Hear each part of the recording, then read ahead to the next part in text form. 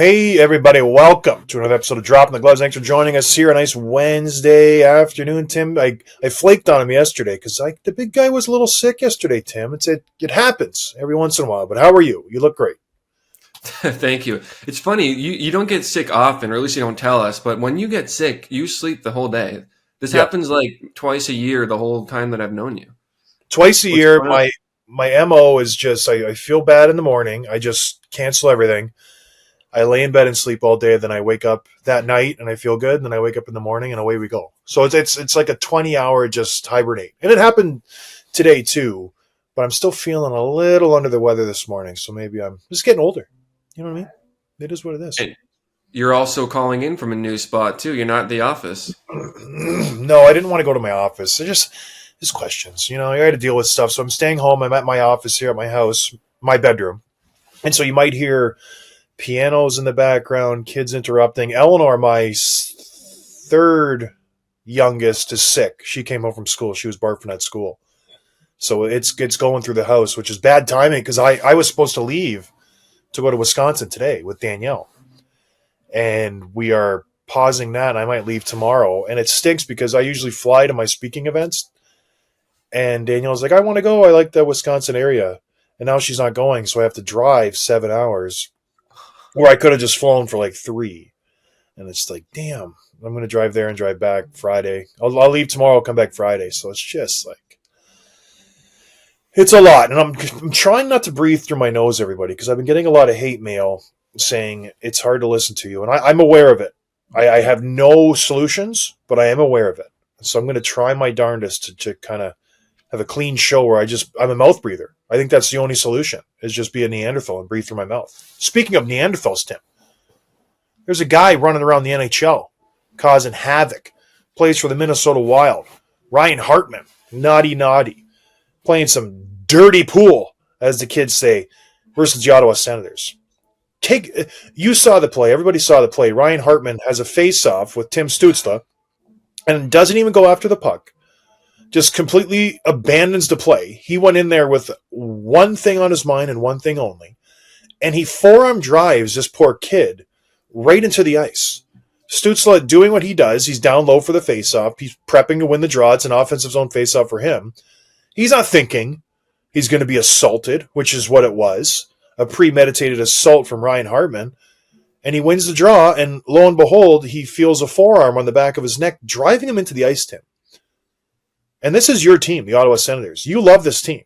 You've been for them for years and years and years. This is your year. Well, they finally got things together. And Ryan Hartman goes out of his way to injure one of their best players. What are your thoughts on this play?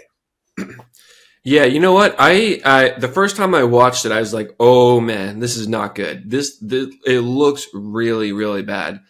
And then I saw the news the next day or 2 days later that he was suspended for 10 games for smashing Stützle's head into the ice, and he's also forfeiting $487,000 of salary, which is a lot of money. It's a lot of money no matter who you are in the world.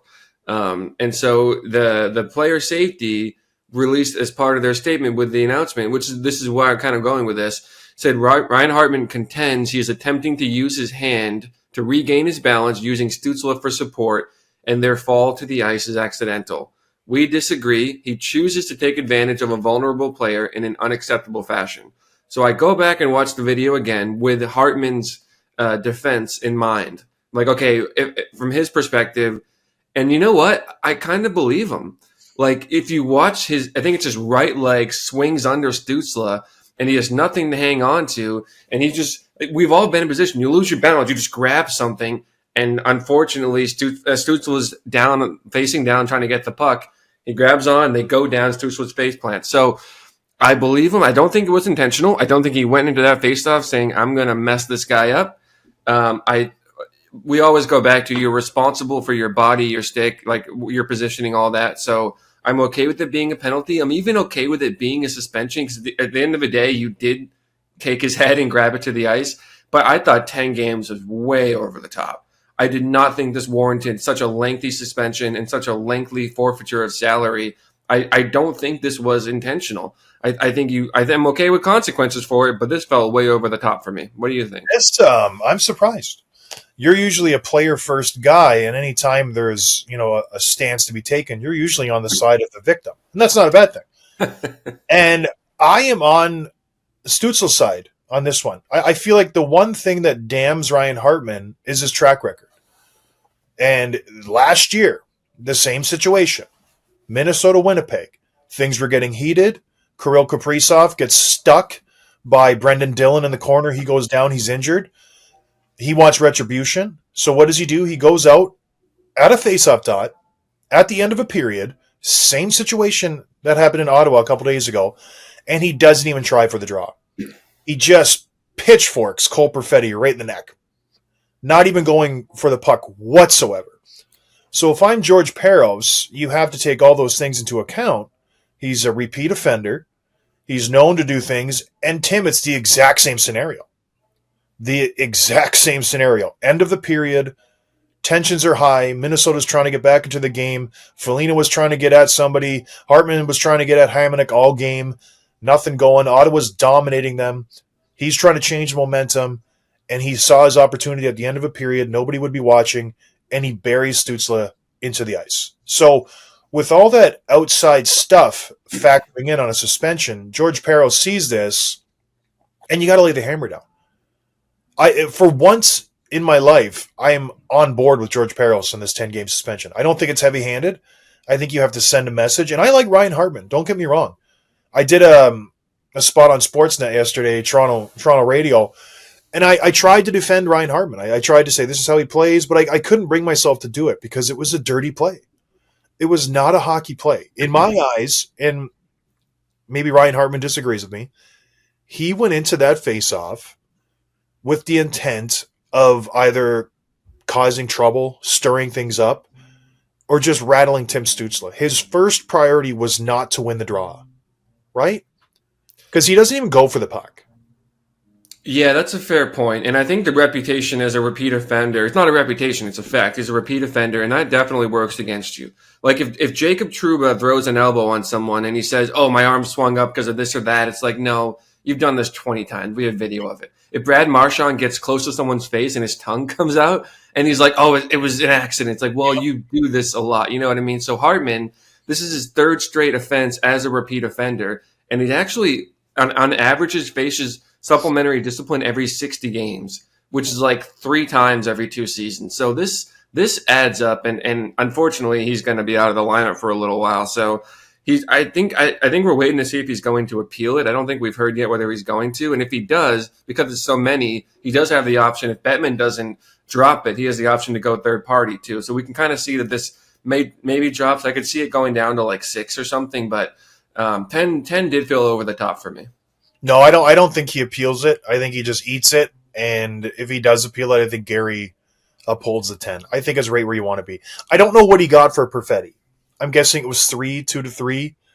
So there has to be a progression of penalties. You can't just keep going 1 game more, 1 game more. You have to do something to get this player's attention. And I think that's what George Peros is doing here, where he's just basically saying, this one's 10. The next one will be half a season. You have to stop doing this. Like I'm dropping the little hammer now. The big hammer will be next. And this is kind of his last chance. And that's a big number, $400,000. Like that'll get his notice. That's not a small amount of change. So Ryan Hartman, it's unfortunate that's his game.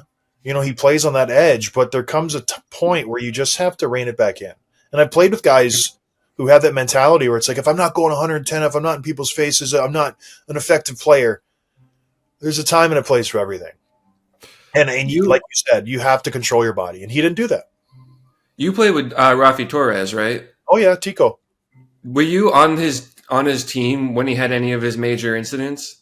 No, I was with him in San Jose when he had an injury and he was kind of out for the whole season. But I battled with him throughout the years when he was in Vancouver and San Jose. I tried to fight him many times, but I asked him, I'm like, what were you thinking when I lined up across from you in Vancouver? Because he nailed Seabrook, and I played the next game, and my sole purpose was to hurt him. And I had guys on the Blackhawks telling me, hey, we'll pay your fine. Go out there and injure this guy. And sure enough, we were up by 3 or 4 at the end of the game. And it's the playoffs, Tim, so I'm not trying to put my team down and lose the game, so I had to pick my spot. So we're I think we're up by 3 or 4 in game 5, and I line up next to him. We're at home, or maybe it was game 4, and I'm going to go after him. I said, I'm coming after you, and the ref sees this and he throws us both out. But I asked Tico what he thought of that. He's like, I was nervous, and I asked him, would you change what you did? He's like, absolutely not. That's how I play the game. That's why we won the series. I go out there and I run guys, and that's how I'm effective. So these guys just have this mentality where they're just programmed to hit and to play hard, and sometimes they cross the line and sometimes they hurt people. And it's unfortunate, but they will not change their ways. It's like the old adage. Old Pappy Scott used to say, "Zebra never changes his spots, Tim." And I don't think Ryan Hartman will get this message. I feel like he is not a one-dimensional type player, but this is who he is. And he's going to continue to toe that line, and he will get a suspension next year. He'll snap, his wires will cross, as Steve McIntyre said, and his next one will be 15, 20, 25 games. Yeah, so we'll see if he appeals it, and if he changes his ways. It sounds like he probably won't. And maybe this was an accident. And even if it was, the league still thinks that because of how it played out, it's worth 10 games. So, yeah, I don't think he's a dirty player. I think there are players, like I think Kucherov is more dirty than him, but Kucherov puts up 200 points a year, so he can just do whatever he wants, basically. There are other players like that, so that's where we are. I think there's a difference between being a dirty player and going out and actively trying to play dirty versus a guy playing on the line. Like, I don't think Tom Wilson's a dirty player. But yeah, I think you're right. I think Kucherov is dirty. I think he goes out of his way to do things that are dirty. Yeah. We should make a list. The dirtiest players in the league. And you're right. It's not Tom Wilson, or even, I wouldn't even say that it's Trouba. Like, these are guys who occasionally cross the line. It's guys that do, like Kucherov. Yeah, that would be fun. That would be a fun segment. All right, moving. Speaking of the big fine, Tim, from Ryan Hartman, he's going to be feeling it in his pocketbook. Well, there is some relief in sight for him. The salary cap has been announced. Not officially. There is some estimates that have been released by the NHL and the NHLPA, which is pretty strong for them to do. They're usually tight-knit with these things, but they released some estimates for the next 3 years. What are the numbers looking like, Tim? Next season, the estimate is $95.5 million, which is a nice jump. But then we get into the big numbers. 2026, 27 is going to be $104 million. And this is the first time that's going to reach that 6-digit number. And then after that, 27, 28, 113.5. So another $10 million jump almost, which is just crazy numbers. And it feels like this has to tie into what we talked about 2 weeks ago with the release on they were returning the what do you call it? The players. Escrow. Yeah. So like the league is doing really well, and they're recovering from the COVID stuff faster than they expected to. First of all, let's talk about the numbers themselves. How out of sight are these? Like, were these way bigger than you would have expected? Oh, absolutely. And especially, like you mentioned, coming off of COVID, where nobody knew where the league was heading and how they were going to find their footing, getting their fans back, filling the seats with butts. But it's fantastic. I think it's great news. When I played, we got a 5% increase in the salary cap every single year. That was it. So when our salary cap was $72 million, we added an extra $3 or $4 million. Not a substantial jump. This is seismic. This is massive. And who this helps the most is the rich. This helps the big teams that are going to spend to the limit and are there to win a Stanley Cup, who see a need, are willing to go out and spend $14, $15, $20 million or whatever it may be. This will help them. Do you think this helps the small market teams? The cap going up to 113 in 2 years. Do you think Nashville might spend to the cap? Maybe, but teams in the South, they're not spending to the cap. This is a big boon for the Bruins, the Leafs, the Oilers. This is a godsend for these teams where you got a guy like Connor McDavid who you got to re-sign. He's going to take some money. Evan Bouchard, you got to spend some money. He's going to take some money. It's huge. It's absolutely huge for these teams. Yeah, when this news came up, I went through Puckpedia and just kind of looked at some of the lineups at the teams who have like major contract renewals coming up in the next couple of years. And a lot of the players, I was actually kind of surprised at how many players are locked up long-term. Young guys like the Jack Hugheses and Braden Points and Pasternaks of the world. But there are a lot of like elite players that we've talked about, obviously, who are just licking their lips at the idea of this. Matthews, McDavid, Rantanen, Kaprizov, all these guys are going to be UFAs in the next two to 3 years. And this is huge for them because I think we talked about this. When there's a salary cap increase, it impacts everyone, obviously. Everyone gets some kind of bump out of this, but it really impacts the top 3-4 players on each team, right? Like most of that money's going to the richest players. It's not the average Joe jumping up from $4 million to $7 million. It's McDavid going from 12 to 14 or 13 to 15 or something. So I think we're going to see a lot of the richest players. And do you think this impacts what we call the middle class of the NHL at all, or is it really going to the top guys? Yeah, you see this every negotiation period, every salary cap increase. Even if there's not, there's a percentage that GMs pay to the top guys, and then they fill out the roster with $2-3 million contracts. It is what it is. You have to secure the high end guys, and when there's more money on the table, if I'm a Connor McDavid, he's aligned this perfectly, Tim. I think he has 2 years left on his deal. He's going to hit the big salary cap, $113 million. He's going to look at the numbers and go, well, I want 20% of the cap, or I want 15% of the cap, whatever that number is. So he will garner 17 million, 18 million, I think, in a couple of years. That seems crazy to talk about, but that's where we're headed. If he's making 12.5 and the salary cap when he signed was 82, and that's what, 12-15% of the cap, he's still worth it when the salary cap rises. But to answer your question, yeah, there's no secure middle class. I think you either get bumped down to league minimum, 1 million, 2 million, or you make that jump to the next tier of superstars, star money. And then the middle ground is pretty slim. There's a few guys that live there, but for the most part, you have your elite top 5 guys on the team. A few guys live in the middle class, and then there's a big swath of guys making $1-2 million or less. And that's just how it always is. Yeah, the last thing I'll point out about this is that it really benefits the teams, like I said, that already have their stars locked up. To all of a sudden, like in deals that we thought were expensive at the time, like a year or two ago, now look so team friendly. Yeah. And guys that were probably overpaid based on the $82 million number are going to be way underpaid compared to what their peers are going to make. Some of them who aren't even as good as them, but they're locked up for 4 or 5, 6 more years at $9.5 million. Hence the issue in Colorado where the GM is stuck on the point that nobody can make more than McKinnon.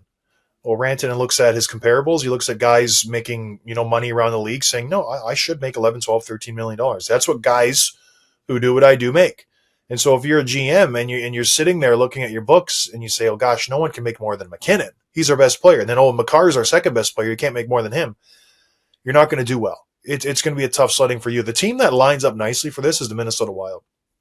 I'm telling you around, you got Brock Faber, you got Matt Boldy, you got Kirill Kaprizov locked up for not a lot of money for a long term, and they're getting $14 million back after this season. Then you add on another 14, 15 million over the next 2 years. So they potentially have $40 million to spend, if not more, Tim, in the next few years to just round out this team that already has a super solid base.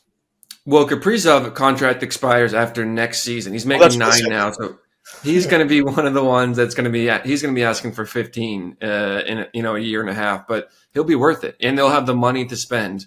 So yeah, you're right. That does impact those teams. So yeah, we'll see. We'll see how this negotiates because it's going to impact things as soon as this summer. Even though there's not going to be a huge jump compared to what's coming, it's going to start happening right away. The implications of that, and then we'll see if this is true because they've thrown these projections around year after year. Right after COVID, they had the pie in the sky, and nothing really came to fruition. Right? It was just push it down the road. So will they get there? Maybe it's optimistic to say in 2 years, we're going to jump the salary cap by $20-some million. That's 25%, if not more, of the current salary cap. Like that's a big number. So we'll see if the NHL is true to their word, if they're just kind of throwing this number out there and going, oh yeah, everything's going great, and actually it's going to be $100 million for the next 2 years, and they're just being jerks. Which would still be great, but yeah, I guess that kind of brings the question is why would they release this information? It's not official, but like this is coming from official sources. So what's the benefit or the strategy of releasing these numbers ahead of time? I don't know. I have no idea. Just to maybe get the word out that the league's doing well. I don't know what benefit comes from this. Maybe there's sponsors that want to make sure that people are watching, but they have those analytics on the side. So I don't know. Whatever it is, it's good for the league. It's good for us, and the players love it. More money in the system is more money for players to get cash flow in their banks, and Ryan Hartman needs it in a bad way. Yeah. All right, let's move on to some. We're kind of a quick hits here, but there's a lot of them, so it'll take a little bit of time. But a couple of injuries here. Seattle announced that Yanni Gourde will be out to 5 to 7 weeks after having a sports hernia surgery at the end of last week. That means he's a pending UFA, so he would have been probably a trade chip that teams were calling about. Obviously, he won a cup in Tampa. He's a good bottom six forward. He's tough to play against. He's 30, I think 32, 33 now, which I was kind of surprised about. But he won't be able to play likely before that March 7th trade deadline. So I don't know if you still inquire about a bottom six player who's injured, even if you think you can help him. But we'll see if he's healthy enough and whether teams are still calling on him. Yeah, he'll get traded. He's got the intangibles for what he did in Tampa Bay, for how good he's been in Seattle. There's a good chance he get traded, even if he hasn't played. He'll go and make a difference on a Stanley Cup contender for sure. Another injury here. Kirill Marchenko broke his jaw sitting on the bench, hit by a puck. He had surgery on his face, metal plates and screws in his jaw, just brutal. Several broken bones. No timetable yet, but they had this decision on whether they wire it shut or not. I think they opted not to, but he wanted to play in this big Stadium Series game at Ohio State, and he's not going to get to, which is a huge bummer for him. He's had incredible breakouts here. You've got to keep your head up. That's a big blow to Columbus. They are in the midst of a playoff battle, and he has been their best player. He's been rock solid this season. He's really had a breakout season. That benefits the Rangers, who are doing anything they can to get back in this race. Yeah, it does. The next one here, Brandon Saad, who obviously he terminated his contract with St. Louis last week, signed with Las Vegas Golden Knights. 1 year, $1.5 million, prorated for where we are in the season. I know that was more than I thought too. You'd think like for a guy who's made his money and terminated the contract, he just goes out and make league min or something. But jumped into that lineup. He played in the third line with Howden and Mark Stone, so that he had some nice depth to this already pretty deep lineup. Yeah, it's not fair. I feel like Vegas is loading up again. They're a dangerous team. Like they will be there at the end. Who else in the Western Conference do you think will give them a run? Oilers, maybe? Dallas? Colorado, Dallas, Winnipeg. Vegas does it every single year. They get these vets, they get these free agents to come in and play on a team-friendly deal. They nail it at the trade deadline, and they're just going to be hard to play. Like, they get these guys who are so just made for playoff hockey. Brandon Saad is made for playoff hockey. Thomas Hertl is made for playoff hockey. They're big body. Dadonov was made for it. You know what I mean? They might not be big regular season stars, and they are. But if it's a 7-game series and you got Brandon Saad and Hertl and Dadonov and these big-bodied guys bearing down on you time after time, it wears on you. And they're skilled to boot. It's crazy. It's a great move by them. Yeah. Cool little stat here. Jonathan Quick became the first U.S. goalie to reach 400 wins last week. And I think we probably already are at this point, but I think you have to say he's the best American goalie of all time now. Would you agree? I think so. Yeah, for what he did, his whole career resume, not too much internationally, but he's a stud goaltender. Won the All-Star game 2016, first prize. I think I was there. I saw that firsthand. Terrific goaltender. Couldn't be happier for him. Gets it in New York, so good for him. Probably the best U.S. goalie since Ryan Miller. Yeah, well, probably including him. He's got more wins than him. I know he was probably on better team. Poor Ryan Miller just spent so many years on bad teams. And I was looking at some of the comparables. So Quick has 400 now. Ryan Miller had 391, so Quick passed him pretty recently. Van Briesbroek had 374. And then I looked at some other stats too. Tom Barrasso has the most playoff wins among U.S. goalies with 61. Jonathan Quick is second with 49, and Quick has actually 3 cups. I forgot that obviously the 2 in Las Vegas or Los Angeles, which are arguably the best goaltending performance in playoff history, especially that first one in 2012. Then he won as a backup with Vegas a couple of years ago. So yeah, really nice resume there. There you go. First, the next one. Patrick Kane. First of all, incredible shootout goal last night. And that made him the most shootout goals in NHL history, which is a pretty cool little stat. And now the Red Wings have won 7 games in a row.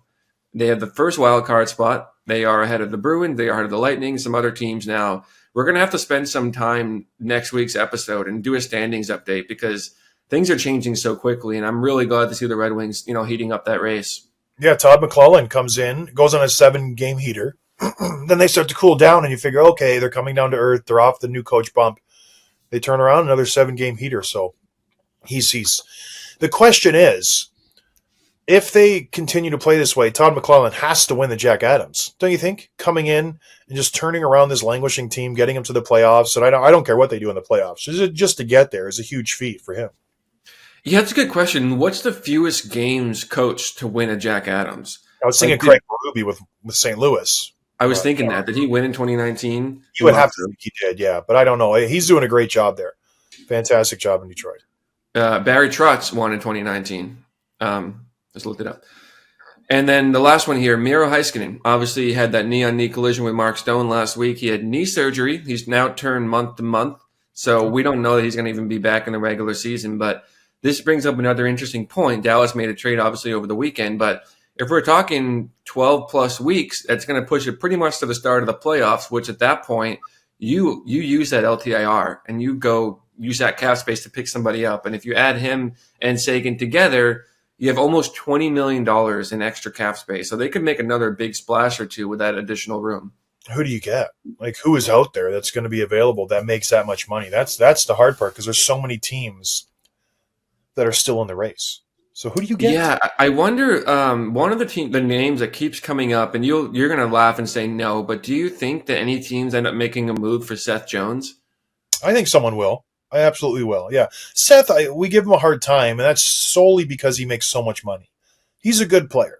He's a great defender. I think he was thrust into the spotlight in Chicago just because he signed that big $9.5 million deal.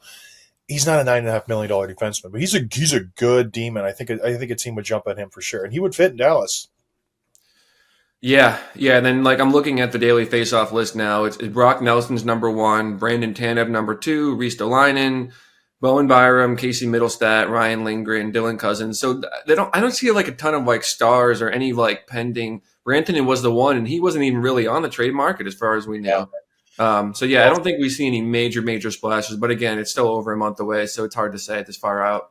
There will be a lot of teams that'll fall off in the next month to make it a little more clear, but there are some names. I don't know. I feel like if you're a team like Tampa Bay and you're struggling this season, things aren't working out, Julien Brisebois has never been one to sit on his hands. He would go out and make a move to help another team, but to further his window with Kucherov and Point and Hedman and those guys. Like he did it with Sergachev. He's done it with Stamkos. If he thinks that this core isn't the right core, I feel like he would make a trade. So I don't know. Keep an eye on Tampa Bay. I don't know anything. I'm speculating. I'm really interested, obviously, in Boston too. They've won 6 out of their last 10. They're playing okay, but they're still not in a playoff spot. Even with these wins, they're still out on the outside looking in. So I wonder what the next couple of weeks looks like. And if it doesn't work out, do you explore Carlo, Coyle, Marchand? Some of those good players that teams would want on their team. So we'll see what those guys do. You'd get a third and a fourth and a fourth for those 3 guys. Maybe. I think you get a little more than that. They've won 6 of their last 10. That's not that good. Yeah, but Marcus Pettersson just got first. So I think you get more than a third and a fourth for these guys, so we'll see. Marcus Pettersson is a hell of a player. Carlo, I think, is your biggest trade chip, if you want to get rid of him. But anyways, anything else, Tim? No, there's a lot to cover, but we can save some stuff for next week. And I know are you waiting to figure out if you hit the road tonight or what? I'm probably going to leave in the morning. I'm going to ball up in my bed and sleep for the next 8 hours and wake up in the morning and drive. So, yeah, nice. Think of me when you guys are outside enjoying it because it's a beautiful day. Get out there, have some fun. Tim's still moving into his estate. We hope you guys enjoyed the show. We'll talk to you on Monday or Tuesday next week. Cheers, everybody.